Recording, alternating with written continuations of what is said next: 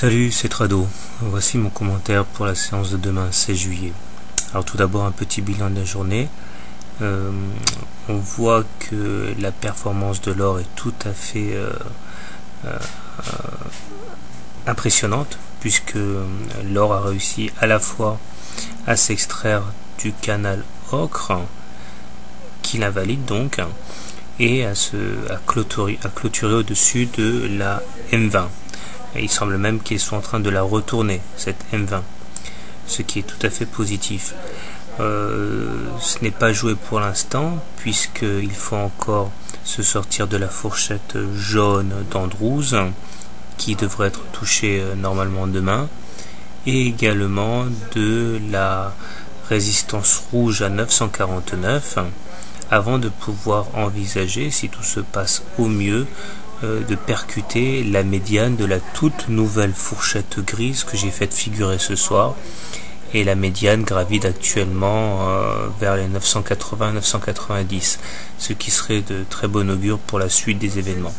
Mais enfin bon, on n'y est pas parce qu'il y a pas mal d'obstacles graphiques à franchir d'ici là. Il est temps de faire un petit retour sur l'oblique bleu. Il s'est effectivement agi d'une fausse sortie, et la réintégration du canal bleu nuit a fait péter beaucoup de stops et continuera sans doute à en faire péter d'autres, ce qui permet d'envisager un processus haussier. Surtout que au niveau des indicateurs techniques, cela s'améliore singulièrement avec un stock et un MACD qui croisent leur signal aujourd'hui, tandis que le momentum tente de franchir la ligne de neutralité. Donc clairement, techniquement c'est beaucoup mieux, graphiquement ça reste quand même assez tendu. J'envisage donc demain de privilégier des trades longs sur des signaux positifs. Alors petit aparté par rapport à ce qui s'est passé aujourd'hui.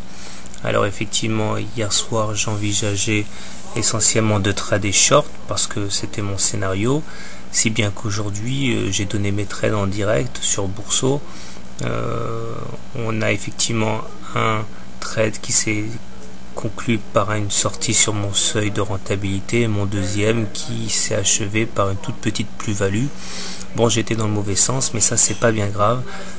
Ça m'a pas empêché de gagner un tout petit peu de sous, et puis surtout ça m'a pas empêché de préserver mon capital. Donc toujours et retenez bien qu'il est important de maîtriser ces stop loss, parce que c'est la clé de la survie.